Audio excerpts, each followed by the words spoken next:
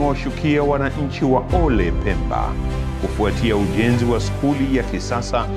Ujenzi huu umeleta mabadiliko makubwa, na kwa sasa changamoto za elimu zimeondoka kwa wananchi wa Ole Pemba na kutoa fursa bora za elimu kwa vizazi vya sasa na vijavyo. Kutoka nyumbani najisikia amani, kiufupi najisikia upendo kabisa, maana natoka nyumbani na kuja skuli ambayo nahisi na kila kitu, yani na kila kitu cha kujisomea, ina any means ambayo itanisababisha mimi nifaulu katika masomo yangu. Dr. Mwinyi ameleta nuru kwa wananchi wa Ole Pemba, ambapo sasa wanafunzi wanasoma wakiwa na motisha kubwa na nia thabiti ya kutimiza malengo waliojiwekea. Elimu ni msingi wa maisha kwa kila mwanadamu, ambapo lengo la Dr. Mwinyi ni kuhakikisha kila mwanafunzi anapata elimu ya kutosha na kutimiza ndoto zake. Lengo kwa skuli hii ndio naweza kuwa daktari kwa sababu ina kila kitu. Ina lebo ya biology, ina lebo ya chemistry. Biology na chemistry na physics pia.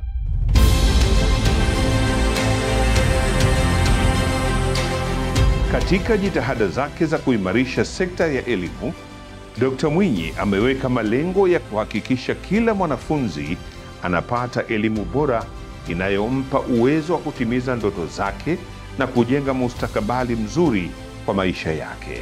Kiukweli rais wetu mpendwa, ninachomwahidi au tunachomwahidi kwa wote ni kutarajia matokeo mazuri, kwa sababu hichi alichotuletea mara hii hakijawahi kutokea katika skuli yetu ya Ole. Kwa hiyo yeye anatarajia tu matokeo mazuri kutoka kwetu sisi, na vizuri zaidi tumtegemee Mwenyezi Mungu, maana hakuna lolote litakalotokea bila kuwepo kwa Allah. Waswahili wanasema elimu ni taa, giza halishindani nayo. Maneno haya yanaonyesha jinsi elimu inavyoleta mwanga na maarifa, ufahamu na kuondoa giza la ujinga kwa kila mwanadamu.